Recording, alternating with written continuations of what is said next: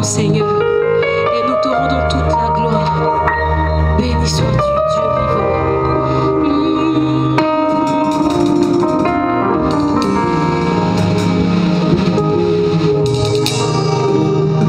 Tu es plus grand que ce que l'on dit. Jéhovah, tu es plus grand que ce que l'on dit. Tu es plus grand que ce que l'on dit. Jéhovah, tu es plus grand que ce que l'on dit.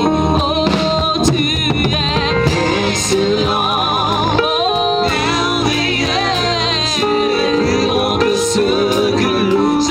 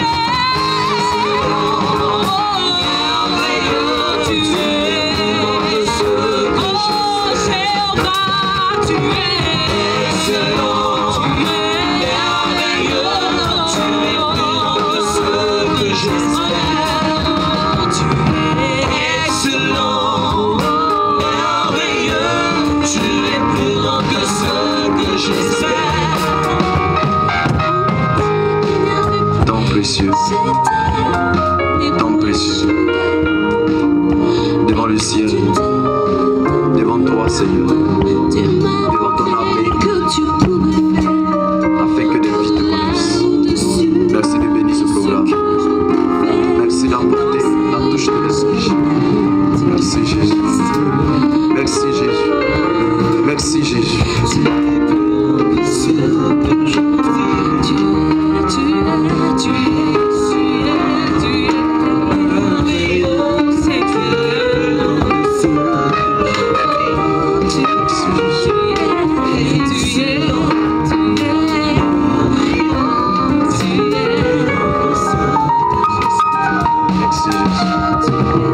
Nous sommes exaucés au nom de Jésus.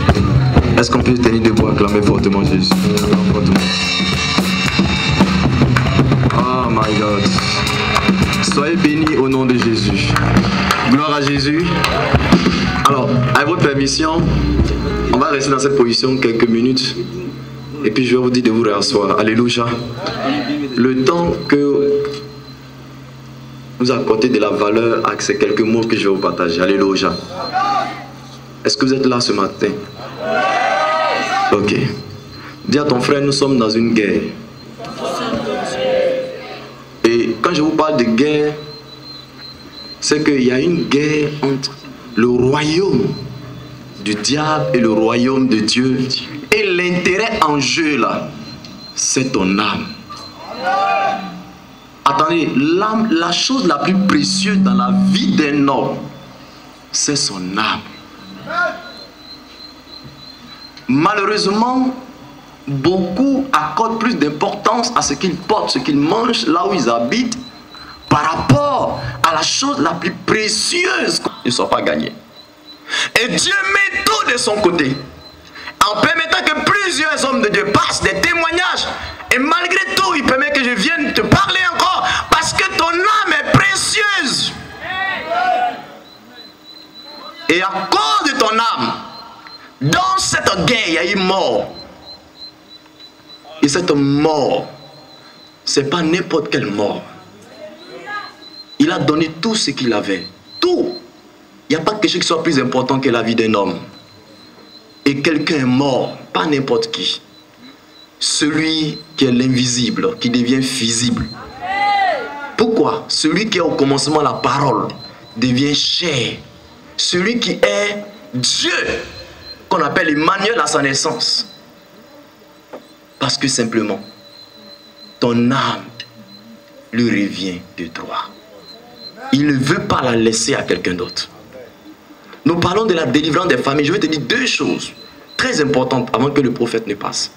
La délivrance des familles, il y a deux choses que tu dois retenir avant de partir. Selon les Écritures, deux choses importantes. Et la première,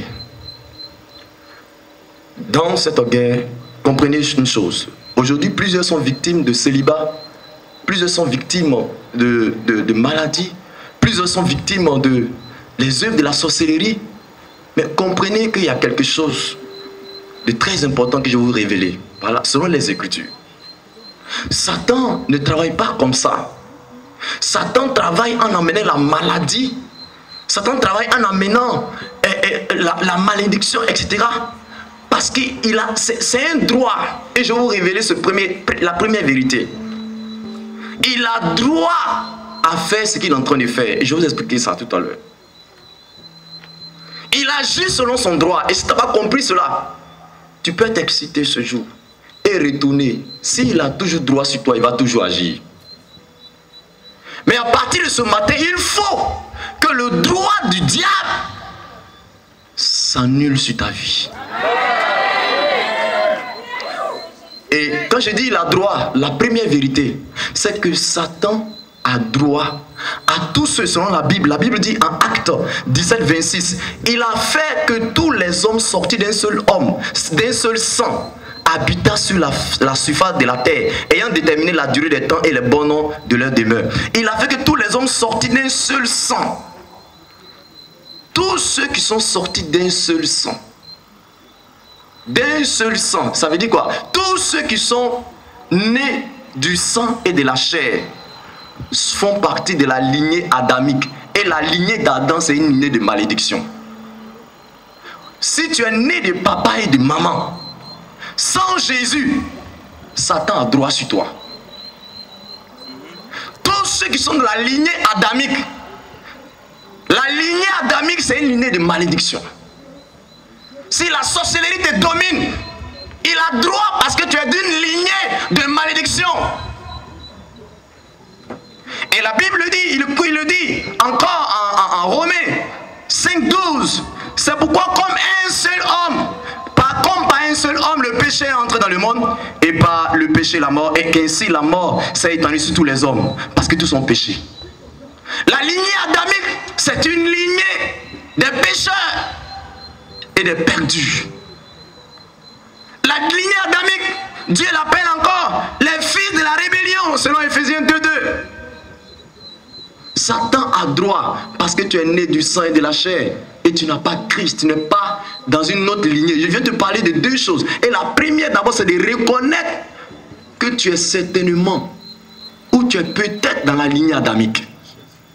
Si tu es de la lignée adamique, pourquoi tu vas chasser Satan? Il a droit. Cette lignée, c'est la malédiction.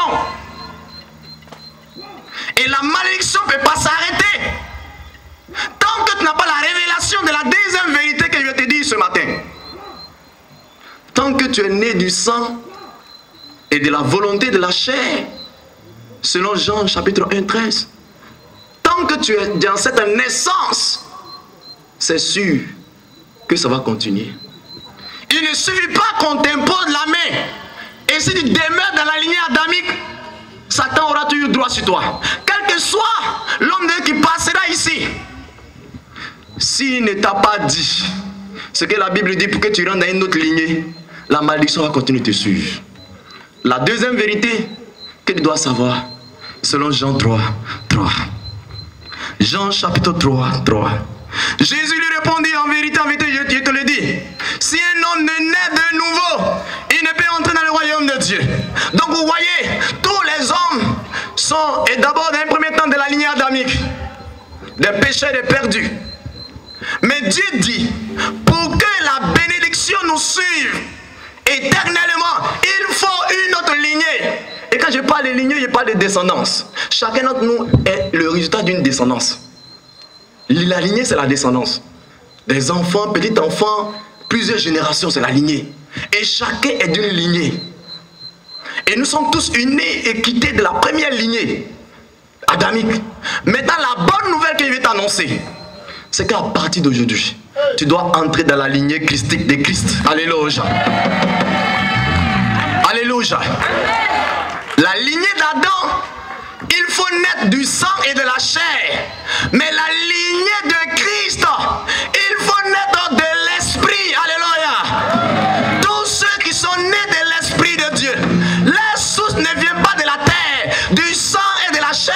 Leur source vient du ciel. La source de la bénédiction, c'est le ciel. Tant que tu n'es pas né du ciel, la malédiction va te suivre.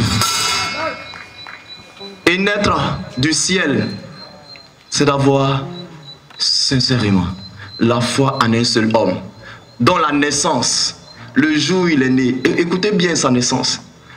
La Bible dit, c'est par la puissance du Très-Haut, la puissance du Très-Haut, qu'il a été formé. C'est-à-dire, Dieu sait que pour que celui-ci puisse vaincre la première lignée, il faut qu'il naisse sans le péché.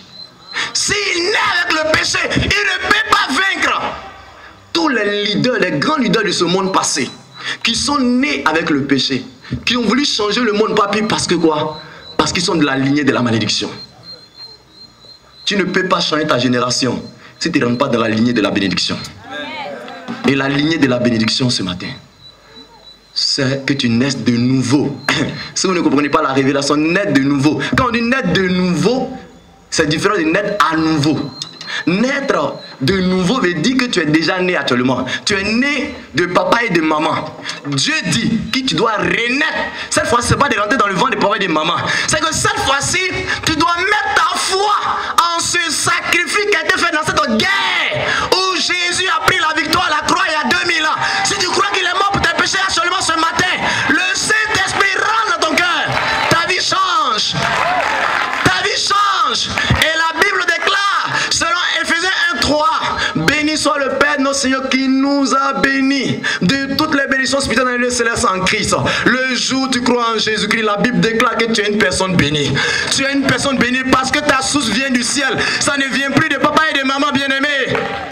Mais pourquoi ils entraînent tous des malédictions? Encore, parce que tu n'es pas né de nouveau. Je n'ai pas dit si tu vas à l'église. Je n'ai pas dit autre chose. Il dit naître de nouveau. Le jour où on va comprendre la révélation de la nouvelle naissance, on va dominer sur les démons. On va dominer. Satan n'aura plus droit sur nous. Demande à ton frère si tu es né de nouveau. La véritable délivrance part de la nouvelle naissance. La vie que Jésus donne, c'est une vie sans péché. C'est une vie sans malédiction. Pourquoi tu dis être chrétien et tu es dans la malédiction? Tu n'es pas encore né de nouveau. La parole de Dieu est la vérité. Elle est la vérité. Si tu crois en elle, elle change ta vie. Est-ce que quelqu'un veut rentrer dans la lignée de Christ? Si tu veux rentrer dans la lignée de Christ ce matin, beaucoup viennent à Jésus parce qu'on rend les témoignages, Jésus nous protège de la sorcellerie. Tu n'es pas encore né de nouveau. On ne vient pas à Jésus parce qu'il va te protéger de la sorcellerie. On ne vient pas à Jésus parce qu'il donne de l'argent. On ne vient pas à Jésus parce qu'il est puissant. On vient à Jésus parce qu'il a mené une guerre. Et il est mort pour le pardon de tes péchés, que ton âme soit pardonnée. Tu quittes la lignée d'Adam, tu rentres dans la lignée de Christ. Tu es une femme et un homme béni. Si tu crois que Jésus est mort pour tes péchés et qu'il est ressuscité pour te donner la vie. Si tu comprends cela, c'est fini. Tu es enfant de Dieu. Tu marcheras dans la victoire. Tous tous ceux qui suivent Jésus à cause de ce que Jésus peut rendre prospère quelqu'un, tu es encore dans la lignée d'Adam. Dans cette lignée-là, les gens, ils sont attachés à l'argent, le culte de la personnalité. Ils sont orgueilleux. La lignée passée, elle est remplie de malédictions. Mais la lignée divine de Christ, c'est l'humilité, la simplicité, la crainte de Dieu, une vie de sainteté. On ne peut pas dire qu'on est chrétien et puis tu as une copine, tu n'es pas marié. Tu es encore dans la lignée adamique. Tu peux dire que tu es chrétien, tu ne pardonnes pas. Tu es dans la lignée adamique. La lignée de Christ, c'est une lignée de sainteté. Il change ton cœur. Il change ton cœur, il change ton comportement. Tu deviens un nouveau homme. Est-ce que tu es né de nouveau? La vie chrétienne, ce n'est pas de l'à peu près. C'est une transformation intérieure et de caractère. Quand tu es né d'Adam, tu as le comportement de ton père. Quand tu as le sang de ton père, tu as son comportement, tu lui ressembles. Quand un enfant vient de naître, les gens vont regarder, mais il ressemble à son père, il ressemble à sa mère. Parce que le sang a un pouvoir. La naissance qui vient de Jésus a un pouvoir. Quand elle rentre en toi, elle change ta vie. La vie chrétienne, ce n'est pas respecter les commandements. La vie chrétienne, c'est une vie qui vient du ciel et qui change la vie de quelqu'un. Tant que ta vie n'a pas changé par la nouvelle naissance, tu vois, sur les commandements, tu ne pourras jamais les suivre. Mais c'est quand quelqu'un est né de nouveau, il a été transformé par le Saint-Esprit qui peut obéir maintenant à la parole de Dieu. Sors de la lignée adamique à partir d'aujourd'hui, en mettant ta foi en Jésus-Christ comme ton Seigneur et Sauveur. L'église ne pourra jamais bouleverser sa génération tant qu'on n'est pas né de nouveau. La parole que Jésus a dit en Jean 3, pour entrer dans le royaume, il faut naître de nouveau. Tant qu'on n'a pas compris ça, l'église ne peut jamais bouleverser. Les premiers chrétiens ont bouleversé les temps parce qu'ils étaient nés de nouveau. Quand tu es né de nouveau, tu es prêt à mourir pour Jésus. Pierre est mort comment? Crucifié, la tête en bas, les pieds en haut. Et il était heureux de mourir pour le Christ. Il est né de nouveau. Quand tu es né de nouveau, tu peux obéir à la parole que dit Matthieu 22, 37. Il dit, tu aimeras Dieu de tout ton cœur, de toute ton âme, de toutes tes forces. Quand tu es né de nouveau, c'est pas un chrétien aujourd'hui, je crois en Jésus, demain je suis découragé. Tu n'es pas encore né de nouveau. Quand tu es né de nouveau, ta vie ne coûte pas plus cher que la vie de Jésus qui est mort à la croix. Tu es prêt pour lui jusqu'à la mort. Aujourd'hui, on ne bouleverse pas notre temps.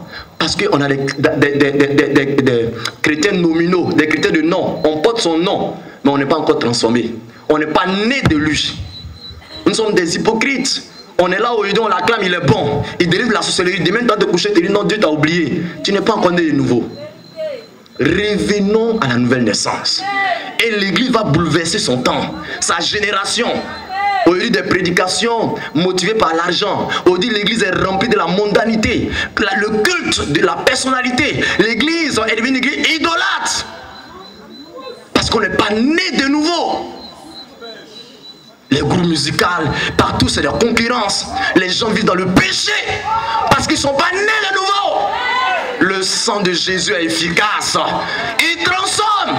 Il a transformé Pierre, Paul, l'ensemble des disciples. Ce sang puissant, par la puissance de sa mort à la croix, il change la vie de l'homme.